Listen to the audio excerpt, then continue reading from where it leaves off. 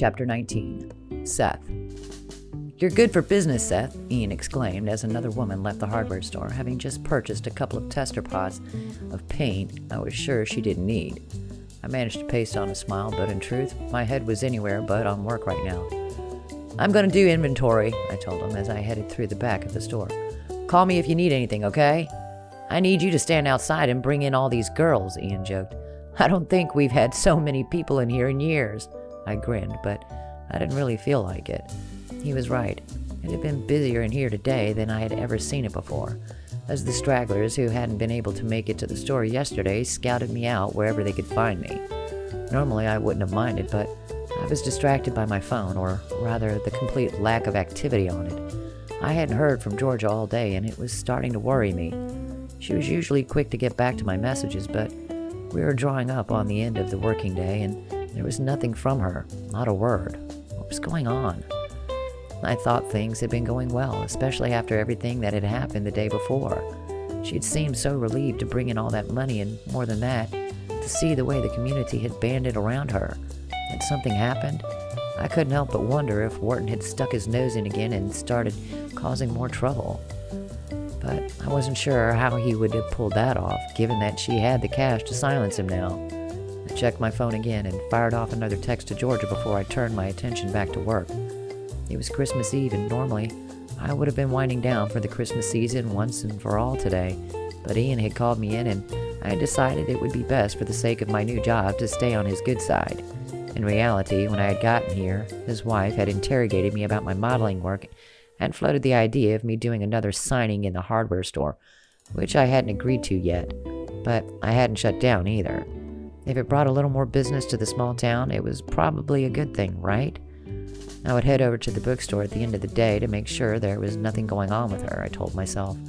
No point in hanging over my phone like this, waiting for her to get back to me. I had to accept that she had her own life, and no matter how well we had been getting along lately, there were going to be times when she needed to stay focused on it. I finished up my work for the day, and as soon as I had wished Ian a Merry Christmas, I headed out toward the bookstore. It had snowed heavily the night before, and a soft blanket of white rested over the town, virtually undisturbed aside from the sidewalks. It looked beautiful, and I wished I could have just relaxed and taken it in instead of letting my mind run away with me. When I reached the Mastin bookshelf, I grinned as I spotted a few customers leaving the store with bags. Good, so there were still people visiting, even after everything that had happened yesterday. I didn't want there to be a drop-off. I needed her to see that people really appreciated this place and appreciated her for keeping it open, too. I stepped inside, and Georgia glanced up as soon as she heard me come in, but when our eyes locked, she quickly looked away and turned her attention back to the customer she was serving. Okay, that was kind of strange. Not even a smile. She must be really busy. I flicked through some books, watching her out of the corner of my eye as she worked, and waiting until the line had finally started to peter out. Making my way over to her, I grinned in greeting. She gave me a tight smile in return, putting the cash in the till from the last customer before she closed it again. "Is everything okay?" I asked her, and she nodded. "Yep, everything's fine," she replied, though I could tell she wasn't exactly telling the truth. I frowned. "What's going on?" I demanded. "You haven't replied to any of my texts today." She wiped down the counter and looked up at me with a sigh. "I'm sorry, Seth," she murmured. I've just been busy, that's all." "That's a good thing, right?" I pointed out. Why did she sound so down about it? "Yeah, it's always busy on Christmas Eve," she replied. "People need last-minute presents, I guess." "Or they just love the store," I reminded her.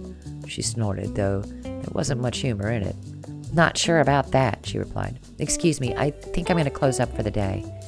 She headed over to the door and started locking up, and I followed her. I didn't know why she was acting this way with me, so formal and uptight, but it was throwing me off. "Did you have a chance to count the money?" I asked, changing the subject. She sighed, then nodded. "Yeah, Seth, I did," she replied, turning to me and crossing her arms over her chest. "But I don't think it's a good idea for me to keep it." "What are you talking about?" I replied, nonplussed. "It's your money," she shot back. "You're the one who made it. I wouldn't feel right taking it from you." "I did it for you, Georgia," I reminded her. "For the store. I don't want it. I don't need it." "It wouldn't sit right with me," she repeated again. "My grandmother would never have wanted someone else paying off her bills like this, and neither do I. It's not someone else paying off your bills, I pointed out. I wanted to do it for you. If it hadn't been for your books, the books you stock, nobody would have recognized me in the first place. She looked up at me, and the expression on her face stopped me in my tracks. I don't want it, Seth, she told me.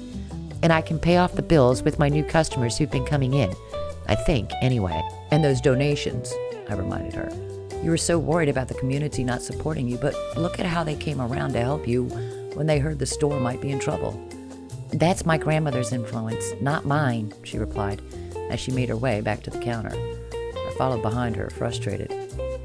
Couldn't she see how much people loved this place? Why did she seem so intent on running it down every chance she got? She was better than that. I knew she was. Better than to just believe outright that she wasn't important to this place or this town.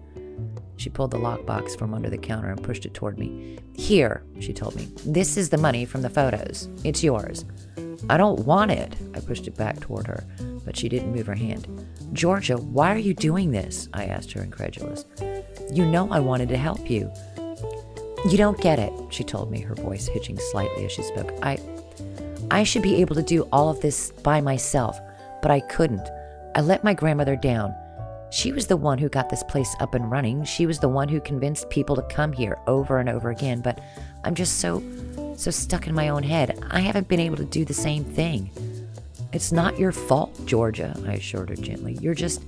No, I don't need you to tell me how it is, she interrupted me. I appreciate all your help. I really do. But I know you've got a different life to go back to. A different life? She gestured to the pictures on the book covers that were showing, the ones with my face on them. That life, she reminded me. That life is behind me now, I told her. It was fun while it lasted, but it was never what I wanted. Not for my whole life. I have other things in mind, better things. That's why I came here, because I wanted a fresh start. I reached over the counter, planting my hands on hers. And I think I found it with you, Georgia. She gazed up at me, and for a moment I could see something in her wavering, something wanting to give in to this connection between us. This feeling that had risen from the first moment we had laid eyes on each other, but then she drew her hand back. You're not going to want to stay, she replied. You're going to move on. And when you do, I'm still going to be here, just like I always have been, and nothing is going to change. I stared at her in disbelief. How had she managed to convince herself of all of this? It just didn't make sense to me. None of it did. I felt like we had gone from being exactly where we needed to be to crashing down and falling apart right in front of my eyes. Was it because I had paid too much attention to other women yesterday? Surely she understood that I'd been doing it for the good of the store, though judging by the way she was looking at me right now, I wasn't certain. She headed to the back office where the exit to the store was waiting for her. I followed her. Georgia, can we just talk about this? I replied. She had invented a fiction about me in her head and decided that was how I was going to be, and I wanted at least a chance to disprove her. I don't have anything to talk about with you, she told me, her voice cracking as she unlocked the door. Outside, the snow had begun to fall heavily, whisking this way and that in cold flashes of wind. After everything that's happened, I began, but she lifted her hand to stop me in my tracks. No, it's not like that, she replied. I know you might be on the cover of all those romance books, but that doesn't mean that the world is going to play by those rules.